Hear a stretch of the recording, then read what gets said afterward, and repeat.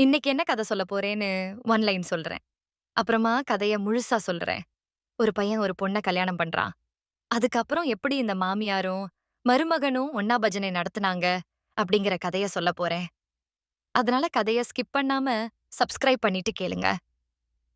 இப்ப இந்த கதைய அந்த பையன் சொல்ற மாதிரி சொல்லப் போறேன். சரி வாங்க கதைக்கு போகலாம். என்னோட பேரு சதீஷ். என்னோட வயசு 25. நான் வீட்டுக்கு ஒரே பையன். என்னோட ஃபேமிலி கொஞ்சம் வசதியான ஃபேமிலி. எங்களுக்கு ஏக்கர் கணக்குல சொத்து இருக்கு. அத எல்லாத்தையுமே என்னோட அப்பா தான் பாத்துக்கிட்டே இருக்காரு. என்னோட அம்மா ஒரு ஹவுஸ் வைஃப். நான் படிப்ப முடிச்சுட்டு ஃப்ரெண்ட்ஸ் கூட ஜாலியா ஊர சுத்திக்கிட்டு என்ஜாய் பண்ணிட்டே இருந்தேன். இப்படி ஊர சுத்திக்கிட்டே இருக்கும்போது என்னோட ஃப்ரெண்ட்ஸ் எல்லாருக்குமே கல்யாணமாக ஆரம்பிச்சுச்சு. அதனால என்னோட வீட்ல எனக்கு பொண்ணு பார்க்க ஆரம்பிச்சாங்க. எனக்கு 25 வயசு இருக்கும்போதே பொண்ணு பாக்க ஆரம்பிச்சாங்க.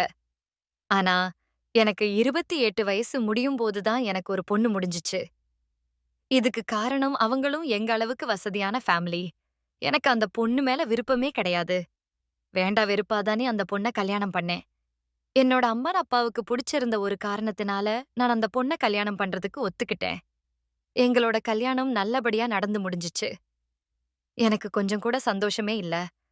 ஆனா நான் தாலி கட்டும்போது தான் என்னோட மாமியார கவனிச்சேன். அவங்க என்னோட மனைவிய விட ரொம்ப அழகா இருந்தாங்க. என்னோட மனைவிக்கும் அவங்க அம்மாவுக்கும் சுத்தமா சம்பந்தமே இல்லாம இருந்துச்சு.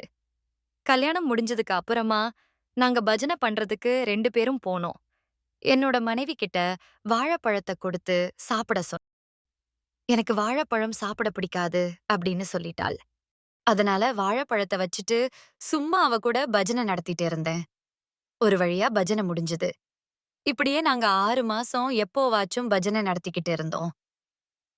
கல்யாணமாகி 6 மாசம் ஆனதுக்கு அப்புறமா சொந்தக்காரங்க எல்லாருமே ஏதாச்சும் நல்ல விஷயம் இருக்கா அப்படின்னு கேட்க ஆரம்பிச்சாங்க. ஆனா நானும் என்னோட மனைவியும் அவ்வளவா பஜனை பண்ணாம தான் இருந்தோம். எப்படியோ எல்லாரையும் சமாளிச்சு ஒரு வருஷத்த நான் ஓட்டிட்டேன். ஆனா அதுக்கப்புறம் என்னோட மாமியார் என்னோட மனைவி கிட்ட கேட்க ஆரம்பிச்சுட்டாள். என்னோட மனைவி அதெல்லாம் ஒண்ணுமில்ல, கொஞ்ச நாள் ஆகும் அப்படின்னு சொன்னா. என்னோட மாமியாருக்கு உடனே முகமே மாறி போயிருச்சு. ஒரு வாரம் கழிச்சு என்னோட மாமியார் எனக்கு ஃபோன் பண்ணாங்க. "சொல்லுங்க அத்த" அப்படின்னு கேட்டேன். "மாப்பிள்ளை சீக்கிரமா வீட்டுக்கு வர முடியுமா? மாமனாருக்கு உடம்பு சரியில்ல" அப்படின்னு சொன்னாங்க. என்னோட மாமியார் வீடு வெறும் 5 கிலோமீட்டர் தூரத்துல தான் இருக்கு. நான் உடனே வர்றேன் அப்படின்னு சொல்லிட்டு அங்க போனேன். காலிங் பெல் அடிச்ச உடனே என்னோட மாமியார் வந்து நான் என்னோட மாமியார வச்ச கண்ணு வாங்காம பார்த்து ஷாக் ஆகி நின்னேன். ஏன்னா அவ்வளவு அழகா ஒரு நகைய போட்டுக்கிட்டு நின்னாள். அதுக்கப்புறம் நாங்க 2 பேரும் வீட்டுக்குள்ள போனோம். போய் என்னோட மாமனார பார்த்தா என்னோட மாமனார் படுத்திருந்தாரு. "என்ன மாமா, என்ன ஆச்சு?" அப்படின்னு கேட்டேன். "ஒண்ணும் இல்ல மாப்பிள, லோ பிரஷர் ஆயிடுச்சு. அதனால தான் எனக்கு இந்த மாதிரி வந்துருச்சு. கொஞ்ச நேரம் தூங்கி எந்திரிச்சா சரியாயிடும்" அப்படின்னு சொன்னாரு. "சரி மாமா, வேணும்னா ஹாஸ்பிடல் போலாமா?" அப்படின்னு கேட்டேன். "அதெல்லாம் ஒண்ணும் வேணாம். கொஞ்ச நேரத்துல சரியாகிடும்" அப்படின்னு சொன்னாரு. "சரி, நான் போயிட்டு வரேன்" அப்படின்னு சொன்னேன். உடனே மாமியார், "ஏன் அதுக்குள்ள போறீங்க இருங்க. நான் ஒரு ஜூஸ் போட்டு தரேன், சாப்பிட்டு போலாம்" அப்படின்னு சொன்னாங்க. சரின்னு நானும் உட்கார்ந்து இருந்தேன். அப்போ என்னோட மாமியார் ஜூஸ் போட்டு கொண்டாந்து குடுத்தாங்க. அப்போ நான் என்னோட மாமியார் வச்சிருந்த பலூன பாத்துக்கிட்டே இருந்தேன். அத என்னோட மாமியார் பாத்துட்டாங்க. "என்ன மாப்பிள்ளை பாக்குறீங்க, இந்தாங்க. ஜூஸ புடிச்சு குடிங்க" அப்படின்னு சொல்லி என்னோட கையில ஜூஸ் குடுத்தாங்க. அதுக்கப்புறம் அந்த ஜூஸ குடிச்சிட்டு நான் போயிட்டு வரேன் அப்படின்னு சொன்னேன். அப்போ என்ன பார்த்து சிரிச்சிட்டு போயிட்டு வாங்க மாப்ள அப்படின்னு சொன்னாள். குழப்பத்துல நான் வீட்டுக்கு வந்தேன். அன்னைக்கு எனக்கு தூக்கமே வரல. 10 நாளைக்கு அப்புறமா என்னோட வைஃப் என்னோட அம்மா வீட்டுக்கு போகணும். நான் ஒரு வாரம் இருந்து ரெஸ்ட் எடுத்துட்டு வர்றேன் அப்படின்னு சொன்னாள். சரி கிளம்பு, 2 பேரும் அங்கேயே தங்கலாம் அப்படின்னு சொன்னேன். அடுத்த நாள் காலையில நாங்க 2 பேருமே என்னோட மாமியார் வீட்டுக்கு போனோம். அங்க என்னோட மாமியார் எங்கள பார்த்து வாங்க மாப்ள அப்படின்னு சொல்லி வீட்டுக்குள்ள கூட்டிட்டு போனாங்க. இதுவரைக்கும் நான் கல்யாணம் பண்ணதுல இருந்து ஒரு நாள் கூட என்னோட மாமியார் வீட்டுல தங்குனதே கிடையாது. இதுதான் நான் ஃபர்ஸ்ட் டைம் அவங்க வீட்ல தங்க போறேன். அதுக்கப்புறம் சாப்பிடுறதுக்காக எல்லாரும் ஒண்ணா உட்கார்ந்து சாப்பிட்டோம். அப்போ என்னோட மாமியார் வச்சிருந்த பலூன நான் பாத்துக்கிட்டே இருந்தேன். அவங்க அத பாத்துட்டு கண்டுக்காத மாதிரி அப்படியே பலூன வச்சிருந்தாங்க.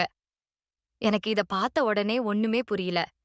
ஒரு வழியா சாப்பிட்டு முடிச்சிட்டு கை கழுவுறதுக்கு போனேன். அப்போ என்னோட மாமியார் கையில தண்ணி ஊத்துனாங்க. அப்பயும் நான் அவங்க வச்சிருந்த பலூன பாத்துக்கிட்டே இருந்தேன். அதுக்கப்புறம் நான் வீட்டுக்கு போயிட்டு வர்றேன் அப்படின்னு சொல்லிட்டு என்னோட வீட்டுக்கு வந்துட்டேன். வீட்டுக்கு வந்ததுக்கு அப்புறமா வாழைப்பழத்த வெளியில எடுத்து மணி அடிச்சு தனியா பஜனை பண்ணிக்கிட்டு இருந்தேன்.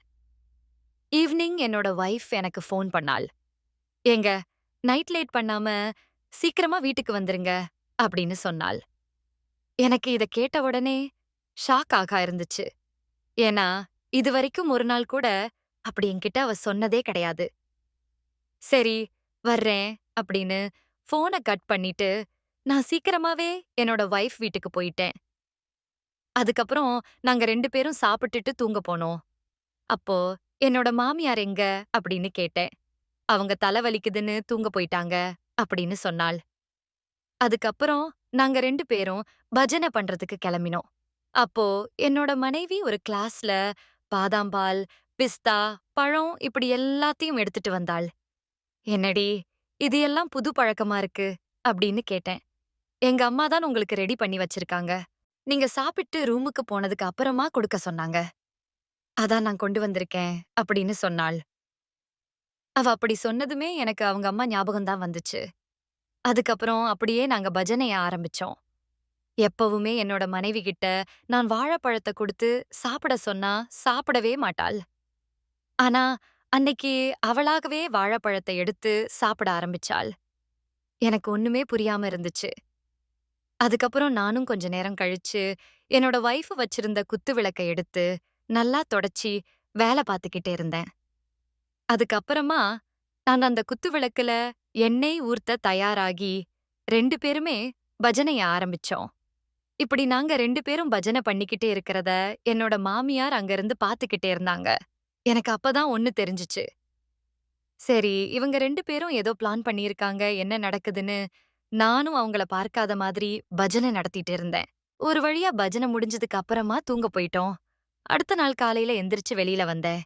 என்னோட மாமனார், மாமியார் வீட்ல கிடையாது. "எங்க போயிட்டாங்க?" அப்படின்னு கேட்டதுக்கு, "ஹாஸ்பிடல் போயிட்டாங்க" அப்படின்னு சொன்னாள். சரி, வீட்ல யாரும் இல்ல. அதனால நானும் என்னோட மனைவியும் பஜனைய நடத்திட்டு இருந்தோம். இந்த நேரத்துல என்னோட மாமியார் கதவ தொறந்தா உள்ள வந்துட்டாங்க. நாங்க 2 பேரும் பஜனை பண்றத பாத்துட்டு அப்படியே நின்னாங்க. என்னோட மனைவி டக்குன்னு கிச்சனுக்கு போயிட்டாள. நானும் அங்கிருந்து கிளம்பி என்னோட ரூமுக்கு வந்துட்டேன். அன்னைக்கு நைட் நாங்க எல்லாரும் சாப்பிட்டுக்கிட்டே இருக்கும்போது, என்னோட மாமியார் எங்க கூட எப்பவும் போல பேசி சாப்பிட்டுக்கிட்டே இருந்தாங்க. அதுக்கப்புறம் 1 வாரம் அப்படியோ அங்க முடிஞ்சிருச்சு. அதுக்கப்புறம் நாங்க கிளம்பி எங்களோட வீட்டுக்கு வந்துட்டோம். 10 நாள் கழிச்சு ஒரு நாள் என்னோட மாமியார் எனக்கு ஃபோன் அடிச்சாங்க. "மாமனாருக்கு உடம்பு சரியில்ல. சீக்கிரம் வாங்க" அப்படின்னு சொன்னாள். நானும் காரை எடுத்துக்கிட்டு அங்க வீட்டுக்கு போனேன். போறதுக்கு ரொம்ப லேட் ஆகிருச்சு. அங்க போய் பார்த்தா, அதுக்குள்ள என்னோட மாமியார், என்னோட மாமனார ஆஸ்பத்திரிக்கு கூட்டி போயிட்டு திரும்ப வீட்டுக்கு வந்துட்டாங்க. "என்னாச்சு? அத்தை" அப்படின்னு கேட்டதுக்கு, "மாப்பிள்ளை நீங்க வர லேட் ஆயிடுச்சு. அதான் நானே கூட்டி வந்துட்டேன்" அப்படின்னு சொன்னாள். சரி, மாமனார் எங்க அப்படின்னு கேட்டேன். "அவரு தோட்டத்துல இறங்கிட்டாரு" அப்படின்னு சொன்னாங்க. சரி, நான் வீட்டுக்கு போயிட்டு வரேன் அப்படின்னு சொன்னேன். "மாப்பிள்ளை வீட்டுக்குள்ள வாங்க, கொஞ்சம் உங்ககிட்ட பேசணும்" அப்படின்னு சொன்னாங்க. நானும் வீட்டுக்குள்ள போனேன். நாங்க 2 பேரும் பேச ஆரம்பிச்சோம். இப்படி பேசிக்கிட்டே இருக்கும்போது, எங்களோட பேச்சு கொஞ்சம் கொஞ்சமா மாற ஆரம்பிச்சுச்சு. அப்ப என்னோட மாமியார் என்ன பார்த்து, "மாப்பிள்ள, என்னோட மகள் இப்ப உங்கள நல்லா கவனிச்சுக்கிறாளா?" அப்படின்னு கேட்டாங்க. "இப்போ கொஞ்சம் நல்லா கவனிச்சுக்கிறாள். எல்லாத்துக்கும் காரணம் நீங்க தானா?" அப்படின்னு கேட்டேன். "ஆமா மாப்பிள்ள, நான் தான் என்னோட மகளுக்கு எல்லாத்தையும் சொல்லிக் குடுத்தேன்" அப்படின்னு சொன்னாள். "ஆமா, அத்த. அத நானும் அன்னைக்கு பார்த்தேன்" அப்படின்னு சொன்னேன். "எப்போ மாப்பிள்ள?" அப்படின்னு கேட்டாங்க. "அன்னைக்கு நானும் என்னோட மனைவியும் பஜனை பண்ணிக்கிட்டே இருக்கும்போது நீங்க பாத்துக்கிட்டே இருந்தீங்க. அதான நான் பாத்தும் பாக்காத மாதிரி விட்டுட்டேன்" அப்படின்னு சொன்னேன். சரி, மாப்பிள அன்னைக்கு என்னால உங்க கூட சேர்ந்து பஜனை நடத்த முடியல. அதனால தான் இன்னைக்கு நான் உங்க கூட பஜனை நடத்துறதுக்கு கேட்கலாம்னு தான் உங்கள வீட்டுக்கு கூப்பிட்டேன் அப்படின்னு சொன்னாள். "என்ன சொல்றீங்க?" அப்படின்னு கேட்டேன். "ஆமா மாப்பிள, எனக்கும் பஜனை நடத்துறது ரொம்ப பிடிக்கும். ஆனா உங்களோட மாமனாருக்கு பஜனை பண்றதே பிடிக்காது. நானும் ரொம்ப வருஷமா சும்மா தான் இருக்கேன். எனக்கு வாழைப்பழம் சாப்பிட்டு அப்புறமா பஜனை பண்ணணும். நம்ம 2 பேரும் பஜனை பண்ணலாம்" அப்படின்னு கேட்டாள். நான் உடனே அவகிட்ட, "அத்தை, நான் உங்கள கல்யாணம் முடிஞ்சதுக்கு அப்புறமா சீக்கிரமாவே உங்க கூட பஜனை பண்ணணும்னு நெனச்சேன். ஆனா, நீங்க தான் ரொம்ப லேட் பண்ணிட்டீங்க" அப்படின்னு சொன்னேன். "அதுக்கு என்ன மாப்பிள வாங்க, இப்போ நாம பஜனை பண்ணலாம்னு" சொல்லிட்டு 2 பேரும் பஜனை ஆரம்பிச்சோம். இந்த கதை உங்களுக்கு பிடிச்சிருந்தா, மறக்காம இந்த மாதிரி கதைகள் கேட்க நம்மளோட சேனல சப்ஸ்கிரைப் பண்ணுங்க.